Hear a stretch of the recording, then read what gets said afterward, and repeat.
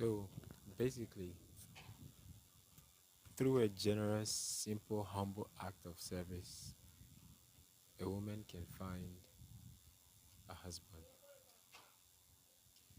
Basically, so there was a story about Rebecca in the Bible. The servant of Abraham was looking for a wife for Isaac through all the conditions. This was the prayer the servant prayed, "Oh Lord, if it be, so long story short, he prophesied a certain pattern of act of kindness, he expected from the virgin. And lo and behold, Rebecca showed the exact pattern of kindness he prophesied in his prayers toward God, requesting that the right person should do.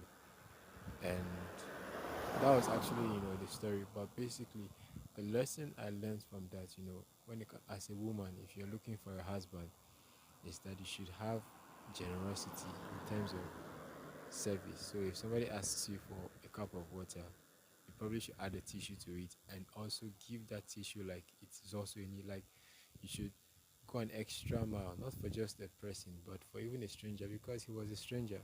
So you shouldn't just do it for anybody because you do not know who is after you, which king will send a servant to look for you for him.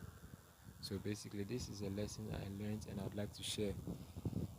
I'm just interested in knowing women. So as a man now, knowing this, when I'm looking for a woman, you know, assuming I'm looking for a woman, these are some of the qualities and some of the acts of knowledge I would apply because it makes sense. If she can be kind to a stranger, genuinely, even to the extent of doing what he didn't ask alone, Charlie, that's a plus.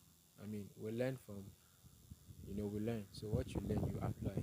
So I just learned this. I realized this about a woman also about women. So I thought I should share. So basically, that's that. A generous act of kindness, humbly.